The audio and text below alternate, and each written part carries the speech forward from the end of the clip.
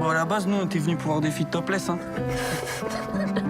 Les premiers émois d'une génération adolescente dans les années 90. Une France rurale, privée de ses industries, et une jeunesse qui se cherche. En 2h24 de film, les frères Boukerma donnent corps au roman de Nicolas Mathieu.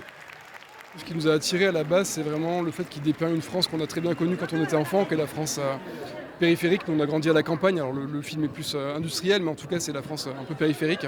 Je crois qu'on a retrouvé beaucoup de notre adolescence, de l'ennui, l'été, etc. Et je trouve que ce qu'on a vraiment, vraiment aimé, c'est le mélange à la fois de... C'est un grand livre social et en même temps un grand livre qui est très, très généreux et très grand public. 30 ans après l'histoire, les mêmes jeunes, ou presque, eux aussi lycéens, mais cette fois spectateurs et clairement enthousiasmés. J'ai l'impression que les années 90, ça revient beaucoup à la mode avec plein de films actuellement qui parlent de ces années-là.